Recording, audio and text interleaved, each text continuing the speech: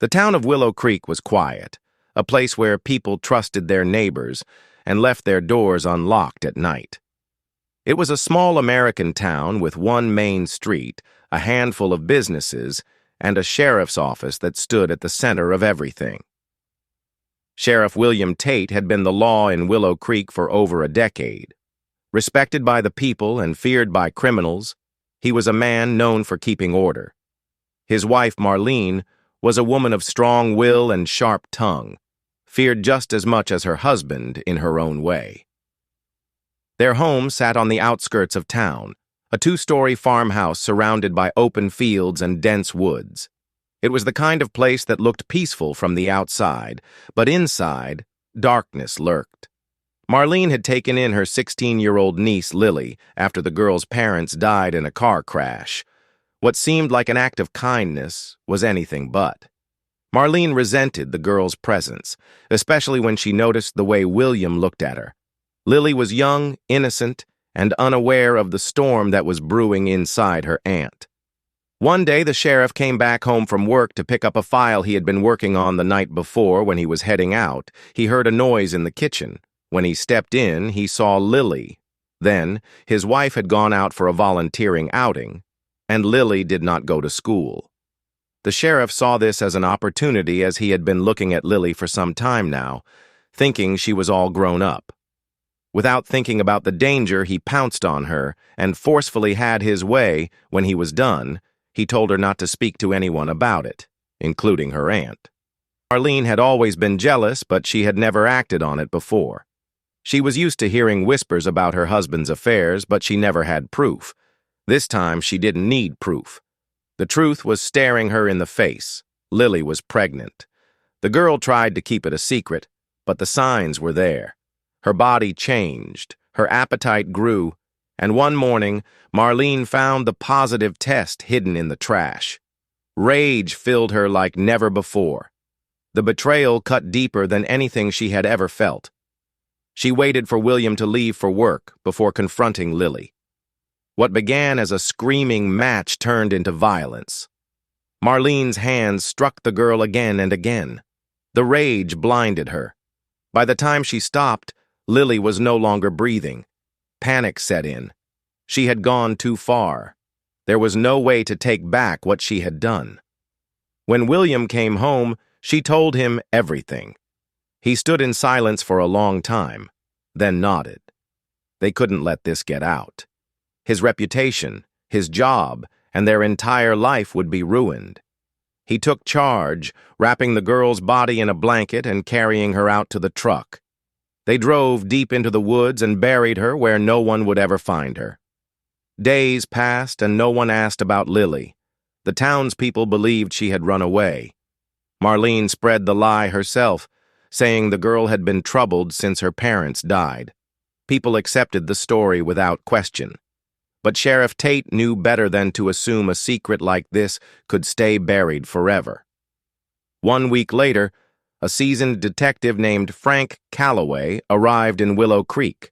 A man who had seen more crime than he cared to remember, he had been sent to look into a separate case involving missing persons. The moment he stepped into town, he sensed something was off. The people were friendly, but their eyes held secrets. The sheriff was polite but distant, and his wife seemed unusually tense. Calloway was the kind of investigator who paid attention to details. He noticed how the sheriff avoided talking about family. He caught the way Marlene flinched when he mentioned the names of missing girls in the area. The search for the truth had begun, and no matter how deeply William and Marlene tried to bury their secret, Calloway was determined to uncover it. Detective Frank Calloway had been in law enforcement for over 20 years. He had worked on cases involving missing persons, serial killers, and family betrayals. His instincts were sharp, his patience endless. He didn't rush into accusations, but he knew how to find cracks in a lie. The case that brought him to Willow Creek was unrelated to Lily Tate, or so he thought at first. He was there to follow up on a missing woman from a nearby town, but as he walked through Willow Creek, something about the place unsettled him. People were friendly, but their smiles felt forced.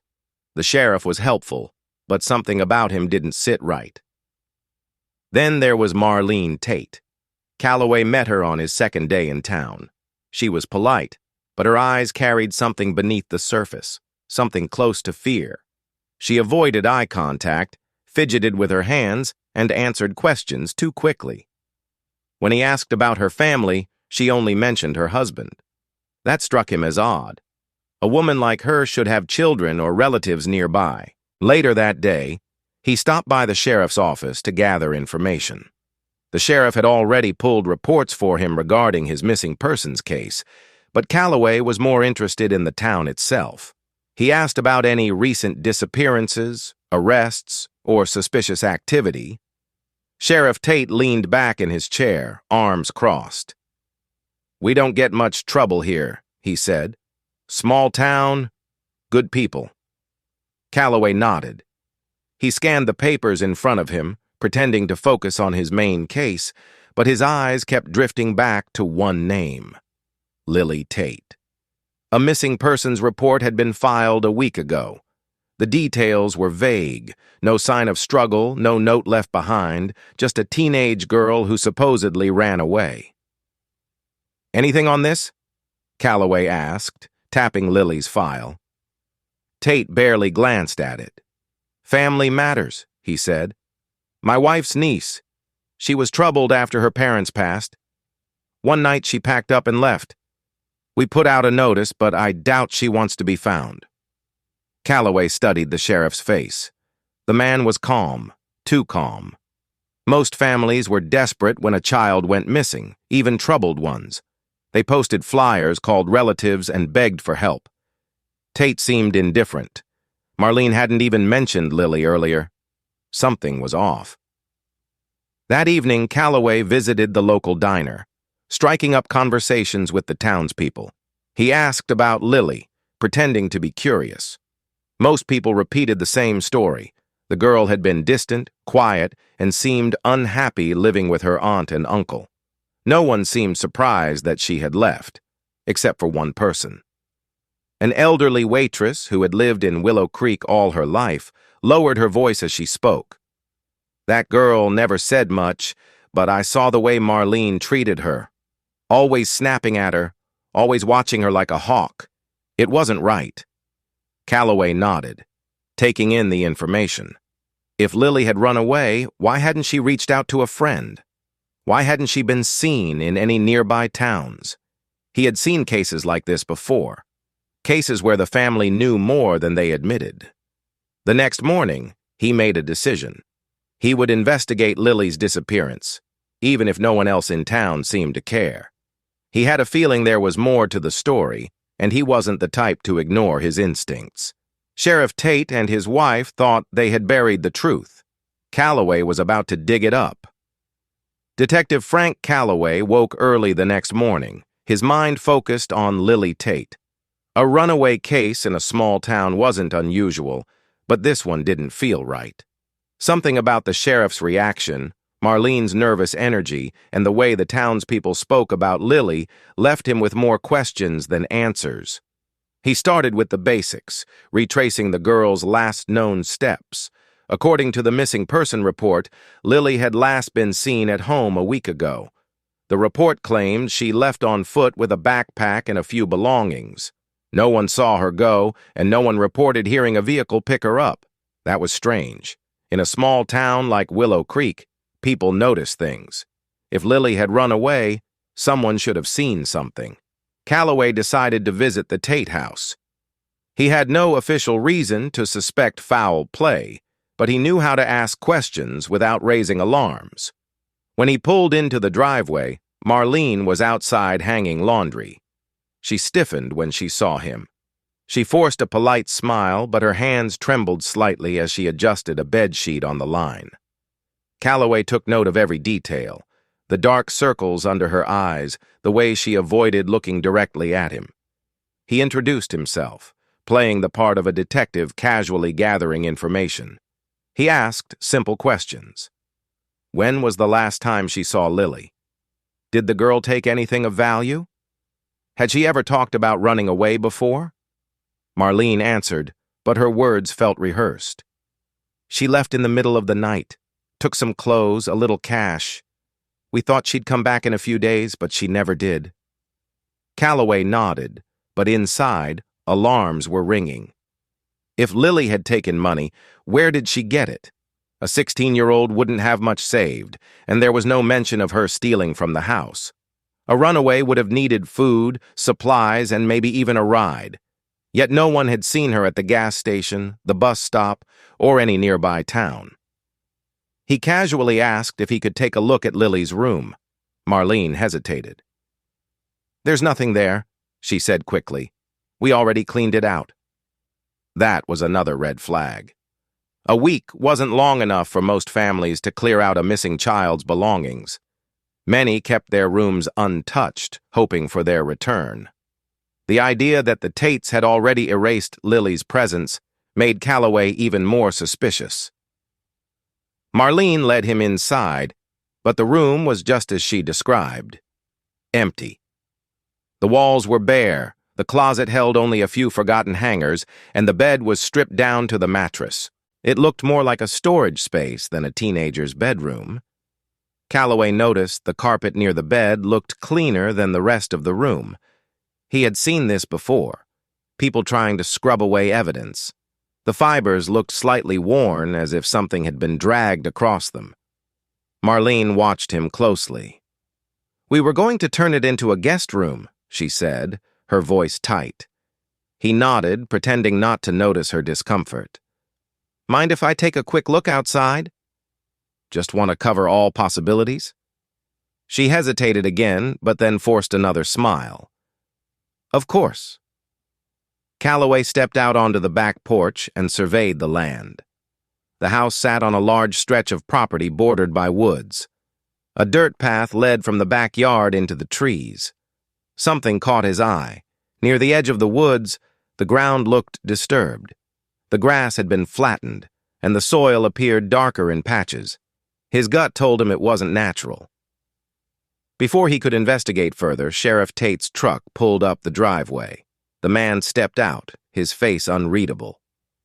"Heard you were asking questions," Tate said. His voice was calm, but there was an edge to it. Calloway kept his expression neutral. "Standard procedure when a minor goes missing, just getting a sense of things." Tate stared at him for a long moment, then nodded.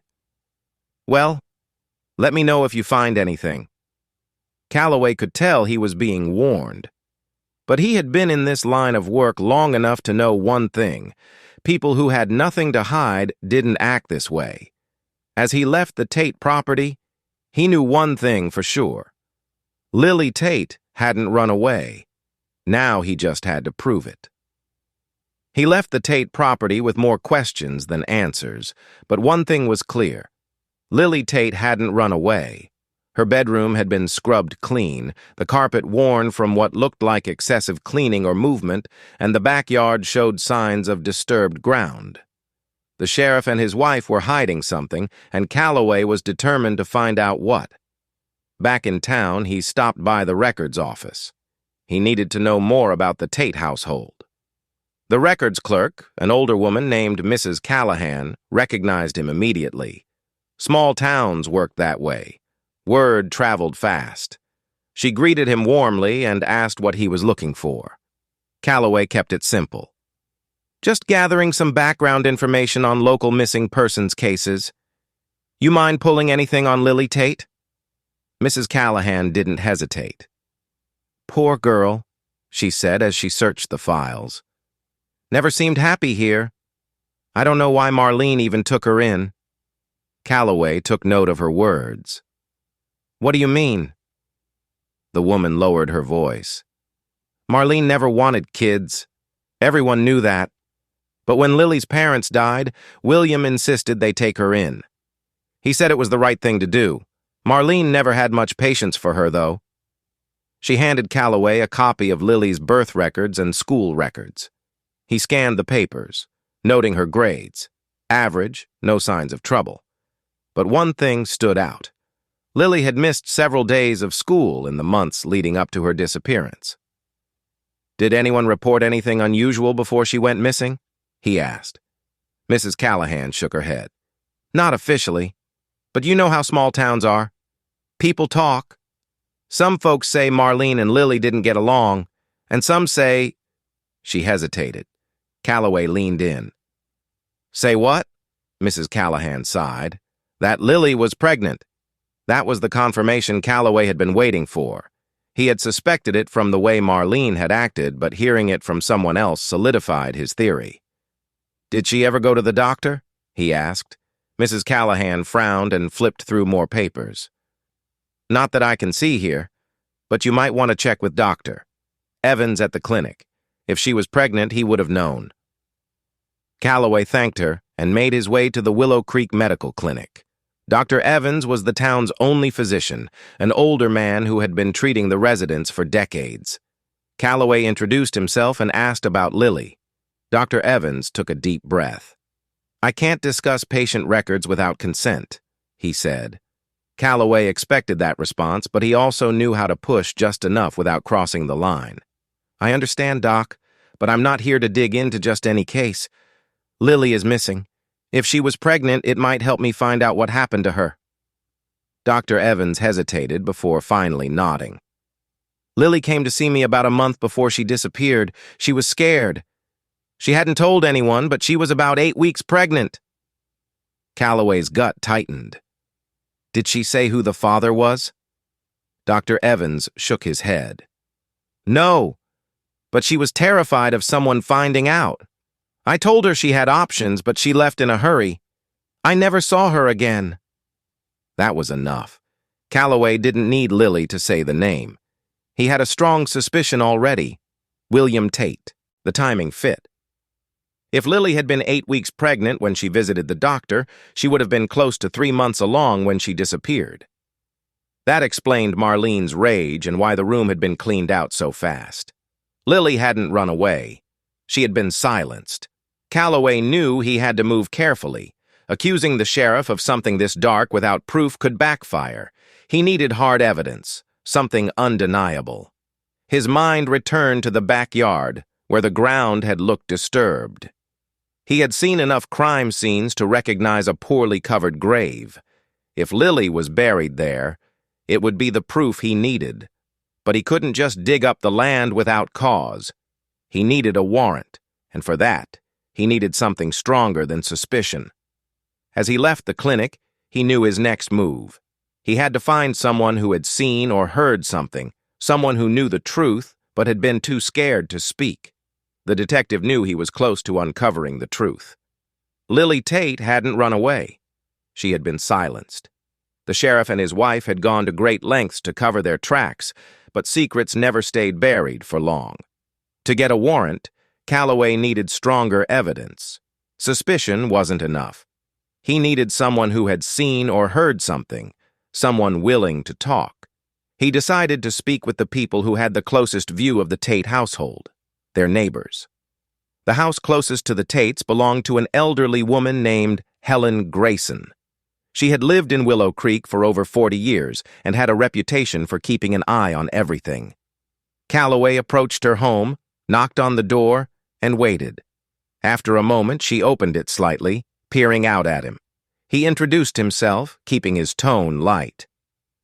I'm looking into Lily Tate's disappearance. I was wondering if you noticed anything unusual around the time she went missing. Helen hesitated, gripping the edge of the door. Why are you asking? Calloway chose his words carefully. Because I don't think she ran away. She stared at him for a long moment, then sighed and opened the door wider. Come in. Inside, the house smelled of old wood and lavender. Helen motioned for him to sit while she lowered herself into a chair across from him. I don't like getting involved in other people's business, she said, her voice low. But I know what I saw that night. Calloway leaned in slightly. Tell me. Helen's hands trembled as she clasped them together. It was late, maybe a little after midnight. I was up because my cat was making a fuss by the window. When I looked outside, I saw William and Marlene in their backyard. They were digging. Calloway felt his pulse quicken. Digging? Helen nodded. It wasn't normal. They looked frantic, like they were trying to get it done fast. I couldn't see what they were burying, but I knew something wasn't right. That was enough for Calloway. A credible witness who had seen the sheriff and his wife digging in the middle of the night was the missing piece he needed. "Did you hear anything before that?" he asked. Helen's lips pressed into a thin line. "I heard yelling earlier in the evening. Marlene was screaming. I couldn't make out all the words, but she sounded furious." Calloway knew what had likely happened. Marlene had discovered Lily's pregnancy and snapped. In a fit of rage, she had beaten the girl to death. William, desperate to protect his wife and his reputation, had helped cover it up. Calloway stood. "Helen, what you've told me is important. I need you to be willing to repeat this to the authorities so I can get a warrant." She hesitated, but then gave a slow nod. "If it helps get justice for that poor girl, I'll do it." With Helen's statement, Calloway had what he needed. He immediately called the county judge, explaining the situation. Within hours, a search warrant for the Tate property was granted. By sunset, Calloway, accompanied by forensic investigators, arrived at the Tate house. Sheriff Tate stood on the porch, his expression unreadable. "What's this about?" he asked, his voice calm but firm. Calloway met his gaze evenly. "We're conducting a search of your property in connection to Lily Tate's disappearance." Marlene stepped out behind her husband, her face pale. "This is ridiculous," she muttered. Ignoring her, Calloway motioned to the investigators. "Start with the backyard." As the team moved toward the area Helen had described, Calloway watched the Tates closely. William's jaw tightened, and Marlene clenched her fists. They knew what was coming. Minutes later, one of the forensic specialists called out, "Detective, we've got something!" Calloway moved toward the site as the ground was carefully dug up. His stomach twisted as the dirt was removed, revealing what he already knew would be there: a shallow grave. And inside, wrapped in a thin bedsheet, was the body of Lily Tate. Marlene let out a strangled gasp. William took a step back, his face losing all color. Calloway turned to them, his voice steady. "William Tate, Marlene Tate, you are under arrest for the murder of Lily Tate." Marlene broke down sobbing as the handcuffs were placed on her wrists. William stood frozen, knowing there was no escape. The truth was finally out. Lily Tate hadn't just disappeared. She had been murdered by the very people who were supposed to protect her. And now, justice would be served. Detective Frank Calloway watched as William and Marlene Tate were placed in separate patrol cars. The once respected sheriff and his wife were now suspects in a murder case that had shaken the small town of Willow Creek. The discovery of Lily Tate's body confirmed what Calloway had suspected all along. This wasn't a runaway case. It was a brutal crime, covered up by a man sworn to uphold the law. As the vehicles drove toward the county jail, Calloway followed. The interrogation would be crucial. He needed a confession, especially from Marlene. Women who were killed in a fit of rage often cracked under pressure once confronted with the reality of their actions. At the station, Calloway instructed the officers to keep the Tates apart. He wanted to speak with Marlene first. She was the weaker link. William was a man of control, trained to keep his emotions in check, but Marlene had already shown signs of breaking. In the interrogation room, Marlene sat with her hands cuffed to the table. Her face was streaked with tears, and her body trembled. Calloway took a seat across from her, placing a file on the table, Lily's autopsy report. The coroner had confirmed what he suspected.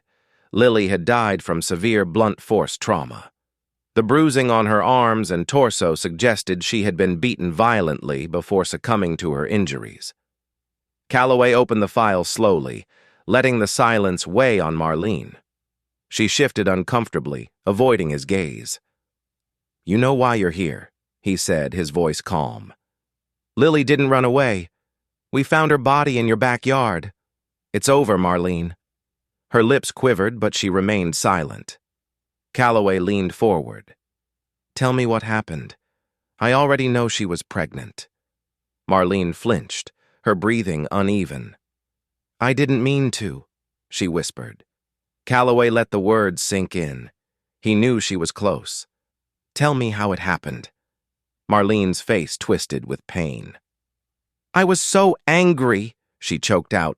When I found out, I lost control. She swallowed hard, gripping the edge of the table as if it could hold her together. She was in the kitchen. I confronted her. I screamed at her. She wouldn't tell me who the father was at first, but I knew. I knew it was William. Calloway remained still, his jaw tightening. This was the confirmation he needed. I slapped her, Marlene continued. She screamed back at me, said it wasn't her fault, said that he... Her voice cracked, and she shook her head.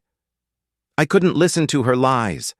I grabbed whatever I could, something from the counter, I don't even remember what, and I hit her. Tears streamed down her face. She fell. She was crying. I didn't stop. I kept hitting her. I saw the blood, but I couldn't stop. She buried her face in her hands, sobbing. When she stopped moving, I realized what I had done. I panicked. William came home and saw her on the floor. He knew. He didn't even ask what happened. He just told me we had to hide it. Calloway let the silence settle. He had heard countless confessions in his career, but the sheer brutality of this one made his stomach turn. William buried her that night? He asked. Marlene nodded. He told me to clean up. He wrapped her in a sheet and carried her out. He said no one would ever find out, that she was just a stupid girl and people would believe she ran away. Calloway sat back. You let the whole town think Lily abandoned everything and left? Even after killing her, you let her be blamed? Marlene sobbed harder. I didn't know what else to do. He studied her, then stood. You just confessed to the murder of Lily Tate. This conversation is being recorded. There's no undoing this. She didn't respond, just slumped forward, defeated. Calloway left the room and walked into the next, where William Tate sat staring at the wall. His face was blank, but Calloway saw the tension in his jaw. He knew his wife had talked. Calloway sat across from him. She told me everything. William's eyes flickered with something unreadable. He said nothing. She says you buried the body. Silence.